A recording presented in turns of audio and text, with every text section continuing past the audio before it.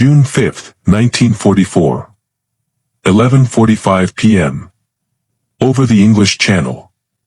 The air inside the C-47 Skitran is thick, a suffocating cocktail of high-octane fuel fumes, vomit, and the metallic tang of oiled Thompson submachine guns. Outside the thin aluminum skin of the fuselage, the night is an absolute, terrifying void. Below, the English Channel churns with the largest armada in human history, but for the 18 men hooked to the static line, the world has shrunk to the width of a jump door. Across the fields of Normandy, German officers of the 91st Luftland Division sit in requisition chateaus, drinking French wine and laughing at the thought of an Allied invasion during such a storm. They believe that soft Americans are miles away, tucked into their barracks in England, waiting for the weather to clear. They are wrong. High above the clouds, the red light glows. The wind howls through the open door, screaming at 120 miles per hour. 1,000 silhouettes are about to plummet into the darkness, turning the quiet French countryside into a graveyard for the Third Reich's arrogance. The laughter is about to stop.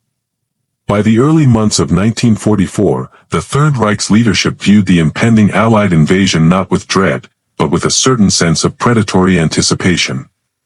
To the veteran commanders of the Wehrmacht, men who had bled in the frozen trenches of Stalingrad and commanded blitzkriegs across the European continent, the United States Army was an unknown, unproven quantity.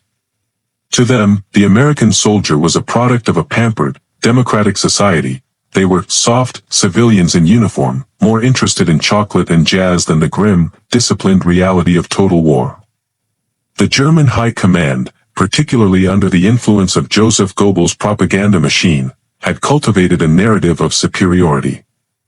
They saw the United States as a nation of assembly lines, not warriors. While they respected American industrial output, they fundamentally doubted the American spirit. Field Marshal Gerd von Rundstedt, the commander-in-chief in the West, looked at the maps of the Atlantic Wall and saw a fortress that no amateur army could hope to breach. This wall was not just a series of bunkers, it was a psychological monument to German invincibility. From the tip of Norway down to the Spanish border, the coast was bristling with millions of mines, jagged steel hedgehogs, and the formidable Rommel's asparagus, massive wooden poles driven into the fields to impale gliders and crush paratroopers. The Germans believed that even if the Allies managed to scramble onto the beaches, they would be pinned down by the sheer weight of fire from the concrete strongpoints. In the chateaux and command posts of Normandy, the atmosphere among the German officer corps was often one of relaxed superiority. Many of the divisions stationed in the quiet sectors of France were Bodenständig, static divisions composed of older men or those recovering from wounds on the Eastern Front. They spent their days drilling and their evenings enjoying the luxuries of occupied France. They were so confident in the weather and the Channel's natural defenses that on the night of June 5, many high-ranking commanders, including Erwin Rommel himself, were away from the front. Rommel was in Germany for his wife's birthday, convinced that the stormy seas made an invasion impossible. The German officers laughed at the idea of the green Americans attempting a landing in a gale. They expected a slow, methodical buildup that their intelligence would catch weeks in advance. They did not expect the sky to open up. They did not expect that while they slept, thousands of highly trained, motivated, and heavily armed Americans were already in the air, flying low over the waves to bypass the wall entirely and strike at the very heart of their backyard. While the German High Command rested on the laurels of past victories, a new breed of soldier was being forged in the red clay of Georgia. To the Germans, the American was a civilian. To the U.S. Army, the volunteer paratrooper was the answer to the stalemate of the Atlantic Wall. The birth of the American Airborne was not merely a military expansion, it was a radical experiment in human endurance. At Camp Toccoa, under the shadow of Cudahy Mountain, the men of the 506th Parachute Infantry Regiment, and thousands like them in the 82nd and 101st Divisions, were pushed to the absolute breaking point. Their training was designed to weed out the softness the Germans so frequently mocked. These men ran 3 miles up and 3 miles down Cudahy, often in full combat gear, until their lungs burned and their boots filled with blood. They were trained to be autonomous, to operate behind enemy lines without a traditional front line, and to thrive in the chaos of the night. Every man was taught every job. A private was expected to know how to lead a platoon, and a radio operator was expected to know how to set a demolition charge. By the time these divisions arrived in the staging areas of southern England in early 1944, they had been transformed into an elite strike force. The Screaming Eagles of the 101st and the All-Americans of the 82nd were no longer the disorganized amateurs the Wehrmacht imagined. They were arguably the most heavily armed and fit infantrymen in the world. Each man carried a staggering load of equipment, an M1 Garand or Thompson submachine gun, hundreds of rounds of ammunition, grenades, a combat knife, a cricket clicker for identification, landmines, and even a small escape kit with a compass and silk map. The strategic goal was as audacious as the training was brutal. The Allied planners knew that if the infantry landing on Utah and Omaha beaches were to survive, the German reinforcements inland had to be stopped. The paratroopers were the scalpel meant to cut the tendons of the German defense. They were to drop into the dark, seize the vital causeways through the flooded marshes behind the beaches, and destroy the artillery batteries that could rain death on the landing craft. As the sun set on June 5th, the marshalling areas in England became silent. General Dwight D. Eisenhower visited the men of the 101st, his face etched with the weight of the gamble. He knew the tactical projections. Some commanders feared casualty rates as high as 75%. Yet, as he looked into the blackened faces of the paratroopers, he didn't see the fear of soft men. He saw a cold, quiet determination. These men were the spearhead of democracy, and they were about to be thrust directly into the backyard of the master race. To understand how the soft Americans achieved what the German high command deemed impossible, one must look at the intersection of tactical audacity and technological ingenuity. The American Airborne didn't just jump, they brought with them a specialized arsenal designed to solve the unique problem of being surrounded from the moment they hit the earth. The most critical piece of technology was the C-47 Skytran, the Dakota. While the Germans relied on the slower, less reliable Junkers Ju-52, the C-47 was a rugged workhorse capable of delivering 18 men and their gear into a tight drop zone at 120 miles per hour. It was the backbone of the vertical envelopment, a concept the Germans had pioneered in Crete but which the Americans had now industrialized on a massive scale. Tactically, the problem was identification in the dark.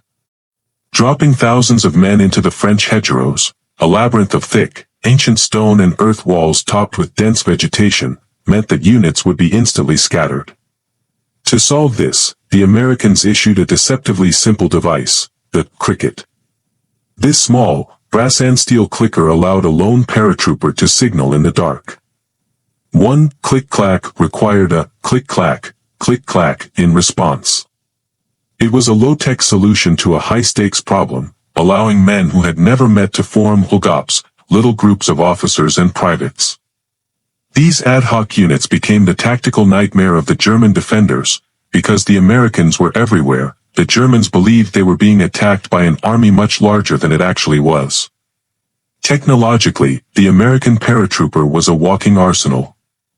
Unlike the German Fallschirmjäger, who often jumped with only a pistol and had to find weapon canisters on the ground, the American T-5 parachute system allowed GIs to jump with their primary weapons strapped to their bodies.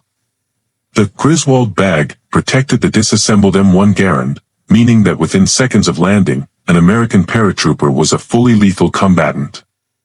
They also carried the M1A1 folding stock carbine, designed specifically for airborne use, and the devastating gammon bomb, a plastic explosive grenade that could disable a panzer if thrown with enough nerve. The Germans had built the Atlantic Wall to face the sea, but they had left their backyard tactically naked. They relied on the flooded marshes of the Murderette and Dove rivers to act as a natural barrier, believing no soldier could navigate the waist-deep, freezing waters in the middle of the night. The Americans, however, turned this geography against them. By utilizing pathfinders, specialized teams who jumped 30 minutes early to set up Eureka beacons and holophane lights, the Allies attempted to guide the air armada into the heart of the German rear. Even when the beacons failed and the clouds caused chaos, the technological edge of American radio equipment and the tactical flexibility of the individual paratrooper ensured that the soft Americans remained a cohesive threat while the German chain of command remained paralyzed in the dark. The clash in Normandy was not just one of steel and technology, but a profound collision of two military philosophies. In the German camp, leadership was defined by Auftragstaktik, mission-type tactics, yet by 1944, this had been strangled by Hitler's refusal to allow any retreat and a rigid, top-heavy chain of command that required his personal permission to move armored reserves. On the night of the drop, the German leadership was effectively headless. General Wilhelm Folly, commander of the 91st Air Landing Division, was caught in an ambush and killed by paratroopers while rushing back to his headquarters. The very officers who had mocked American softness now found themselves unable to order a single counterattack because they couldn't reach their superiors, who were either asleep or miles away from the front. In contrast, the American leadership model shifted to the shoulders of the individual. When the paratroopers were scattered across miles of French countryside, often miles from their intended drop zones, the mission did not fail. It evolved. General Matthew Ridgway and General Maxwell Taylor, commanders of the 82nd and 101st respectively, found themselves on the ground with nothing but a pistol and a handful of privates. There was no softness in the way these West Point-educated officers crawled through drainage ditches to find their men. The American human perspective was one of radical adaptability. If a private found himself alone, his leadership training kicked in, and he began cutting phone lines, sabotaging bridges, and hunting German patrols. The human cost of this gamble was felt most acutely in the minutes before the jump.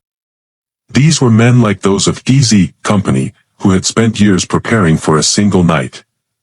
The psychological weight was immense. They were jumping into a country where they didn't speak the language, into a landscape of hedgerows that acted as natural fortresses for the enemy. Every shadow was a potential MG-42 nest. The soft Americans were, in reality, teenagers from the Midwest and New York who had been hardened into stoics. They sat in the dark plains, some praying, some vomiting, some sharpening their knives for the third time, knowing that within the hour, they would be the most isolated soldiers on the planet. This human element, the sheer nerve to step out of a moving plane into a barrage of green tracer fire, is what the German intelligence had failed to quantify. They had measured American trucks and tanks, but they had not measured the spirit of the volunteer. While German officers waited for orders that would never come, the American paratrooper was already at work. This disparity in leadership, centralized and paralyzed on the Axis side, decentralized and aggressive on the Allied side, turned the backyard of the Atlantic Wall into a maze of localized German defeats that would eventually compromise the entire coastal defense. The clock struck midnight on June 6, 1944, and the air over the Cotentin Peninsula ignited. For the 13,000 paratroopers of the 82nd and 101st Airborne Divisions, the climax did not begin with a heroic charge, but with a terrifying descent into a kaleidoscope of fire. As the C-47s crossed the French coastline, they were met by a wall of German flak that defied description. The sky was no longer dark, it was illuminated by the rhythmic, sickening glow of green and red tracers. The pilots, many of them flying their first combat mission, were forced to break formation as the flak tore through the wings of the Dakotas. The carefully planned drop zones became a fantasy. Inside the planes, the green light flickered on prematurely. Men were flung out into 120 miles per hour winds at altitudes as low as 400 feet, far too low for a standard deployment. Some hit the ground in seconds, others drifted for what felt like an eternity through a storm of machine gun fire directed upward from the German backyard. This was the moment of peak chaos. The Germans on the ground were waking up to a nightmare they couldn't comprehend. In the village of St. Miraglise, a house had caught fire from a stray flare, and the townspeople were out in the streets forming a bucket brigade. Suddenly, the sky above them filled with white silk. One by one, the American paratroopers began to rain down, not in neat, organized units, but in a chaotic, scattered deluge. Private John Steele famously became snagged on the steeple of the St. Mireglise church, dangling helplessly while the battle raged below him. He watched as his fellow paratroopers were shot before they even touched the soil. But for every man caught in a tree or drowned in the flooded marshes of the Murderette, 10 more were hitting the ground and disappearing into the shadows. The German officers, initially dismissing the reports as a small-scale diversion, were suddenly receiving frantic calls from every sector. The Americans are in the garden, the Americans have seized the bridge, the Americans are everywhere. The very geography the Germans had relied upon, the flooded fields, became a watery grave for some, but for others, it became a cloak. The Americans were wet, shivering, and separated from their heavy weapons, but they were moving with a predatory speed. The soft army had arrived, and they were beginning to cut the throat of the German communications network before the first sun of D-Day could even rise. As the clock ticked toward 3 a.m., the scattered chaos began to solidify into a coordinated assault. The focal point of this resistance was the small, strategic crossroads town of St. Mireglise. It sat directly on the N13 highway, the main artery the Germans would need to move their panzers toward the beaches. While the German garrison, part of the 91st Division, was busy trying to extinguish fires and shooting at silhouettes in the sky, Lieutenant Colonel Edward Krauss and his men of the 505th Parachute Infantry Regiment were quietly gathering in the dark. By 4 a.m., the soft Americans did something the German High Command thought impossible. They launched a disciplined, urban assault after a night of total dispersal. Krauss's men moved like ghosts through the stone streets, using their crickets to signal and their knives to silence sentries. Within an hour, they had raised the American flag over the town hall. St. Mireglise became the first town in France to be liberated, and more importantly, the Germans had lost their primary line of communication. Simultaneously, to the east, the Screaming Eagles of the 101st were fighting a different kind of war in the hedgerows. Their objective was to clear the exits, the 4 narrow causeways that led from Utah Beach through the flooded marshes. If these exits weren't held, the 4th Infantry Division landing at dawn would be slaughtered on the sand, trapped by the water. At Burcourt Manor, Lieutenant Richard Winters led a small group of paratroopers in a textbook assault against a battery of German 105mm guns that were zeroed in on the beach. Using speed, high-volume fire, and tactical aggression, the Americans destroyed the battery, proving that even a handful of amateurs could dismantle a fortified German position. The German response was a disaster of hesitation. Local commanders, terrified of Hitler's no-retreat order and lacking clear intelligence, refused to launch a full-scale counterattack. They believed the paratroopers were merely a screen for a larger force, or perhaps even a ruse. By the time the sun began to peek over the horizon at 5 a.m., the German backyard was no longer theirs. The bridges were blown, the telephone lines were cut, and the soft Americans were dug into the earth, waiting for the German reinforcements with a cold, professional lethality. The laughter of the officer corps had been replaced by a frantic, desperate realization. The Atlantic Wall had been bypassed from above, and the Green Army was now holding the keys to the continent. As the first gray light of dawn broke over Normandy on June 6, the true scale of the German miscalculation became visible. On the horizon, the sea was filled with the silhouettes of 5,000 ships, but the battle for the beaches was already being decided miles inland. At Utah Beach, the 4th Infantry Division began their ship-to-shore movement, expecting a bloodbath.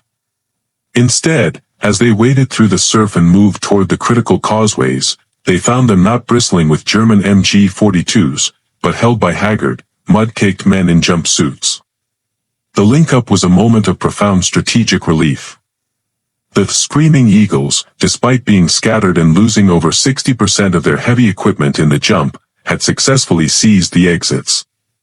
The German 91st Division, which should have been driving the Americans back into the sea, was instead paralyzed, fighting hundreds of small-scale, private wars in the hedgerows. German reinforcements arriving from the interior found themselves ambushed at every crossroads. The soft Americans had turned the French countryside into a labyrinth of lethal traps. By mid-morning, the German 7th Army's headquarters was in a state of total collapse. Reports were coming in that the Americans hadn't just dropped a few saboteurs, they had dropped an entire army corps into their backyard. The impenetrable Atlantic Wall was now a thin shell, being hammered from the front by naval guns and hollowed out from the back by paratroopers. The arrogance of the German officer corps had vanished, replaced by a frantic scramble to find a front line that simply did not exist. Every time a German unit attempted to organize a counterattack, they were cut down by snipers or dispersed by the sudden appearance of an American patrol that wasn't supposed to be there. The cost for the Airborne, however, was staggering. The hedgerows were littered with the silk of parachutes and the bodies of young men who had died before they could even unhook their harnesses. In some units, the casualty rate exceeded 25% in the first few hours. But the objective had been achieved. By securing the bridges over the Murderette and the lock at La Barquette, the paratroopers had prevented the Germans from flooding the entire region, a move that would have trapped the Allied invasion on a narrow strip of sand. The amateurs had held the door open for the liberation of Europe, paid for in the blood of the boys from Toccoa. The strategic collapse of the German defense in the Cotentin Peninsula was not merely a failure of geography, but a psychological shattering of the Wehrmacht's command structure. By the evening of June 6, the German 7th Army was facing a reality they had deemed impossible. Their coastal crust had been breached, and the elite 91st Air Landing Division, specifically trained to counter airborne operations, had been effectively decapitated. The death of General Foley and the loss of almost all battalion-level communications meant that the German backyard had become a vacuum of authority. The psychological shift was even more profound. German survivors of the night's fighting spoke with a new, fearful respect for their adversaries. The soft Americans they had been promised by propaganda were nowhere to be found. Instead, they described devils in baggy pants who fought with a ferocious, almost reckless autonomy. One captured German officer famously remarked that he knew the war was lost when he saw American paratroopers using specialized equipment and luxury items, like high-quality chocolate and cigarettes, that the German army hadn't seen in years. The industrial and personal softness they mocked was actually the byproduct of a logistical powerhouse that could afford to equip every soldier like a king. As the 82nd and 101st Airborne Divisions consolidated their gains, the long-term impact on the Normandy campaign became clear. By holding Saint-Mireglise and the Murderette bridges, the paratroopers had successfully isolated the major port city of Cherbourg. Without the airborne success, the German 243rd and 709th Static Divisions would have been able to reinforce the beach defenses, likely turning Utah Beach into a slaughterhouse rivaling Omaha. Instead, the Germans were forced onto the defensive in a series of brutal, close-quarters battles in the bocage, the thick hedgerow country. The backyard drop also forced the German High Command to keep their vital panzer reserves held back. Because they couldn't tell where the main American force was, since paratroopers were appearing behind every village, they hesitated to commit the 12th SS Panzer Division, Hitlerjugend, and the Panzerlehr Division until it was far too late. The chaos zone by 13,000 men in the dark had created a strategic fog that blinded the German leadership, allowing the Allies to land over 150,000 men by the end of D-Day. The amateurs had not just survived, they had dismantled the pride of the Third Reich's western defenses in less than 24 hours. The fields of Normandy are quiet today. The stone walls of the chateaus that once echoed with the dismissive laughter of the German officer corps are now monuments to a night that redefined the nature of modern warfare. The soft Americans, the boys from the red clay of Georgia, the steel mills of Pennsylvania, and the streets of Brooklyn, had done more than just seize a few crossroads and bridges. They had shattered a myth of invincibility that the Third Reich had spent a decade constructing. Operation Neptune proved that no wall is high enough and no water is deep enough to stop a force driven by the decentralized initiative of the individual soldier. The German tragedy in Normandy was a failure of imagination. They believed that war was a matter of rigid lines, concrete bunkers, and centralized commands. They forgot that the most dangerous weapon on the battlefield is not a Tiger tank or a concrete pillbox, but a soldier who knows how to think for himself when the maps are lost and the radios go silent. The legacy of the 1,000 paratroopers who dropped into that German backyard lives on in every modern airborne unit across the globe. They proved that the amateur, in a democracy, when pushed to the brink, possesses a grit that no autocracy can manufacture. As the sun set on June 6, 1944, the world had changed. The Atlantic Wall was a ruin, the master race was in retreat, and the road to Berlin was open. The laughter of the officers had long since turned into the silence of the defeated, replaced by the steady, rhythmic clicking of American crickets echoing through the dark, a sound that signaled not just a tactical victory, but the beginning of the end for the Third Reich.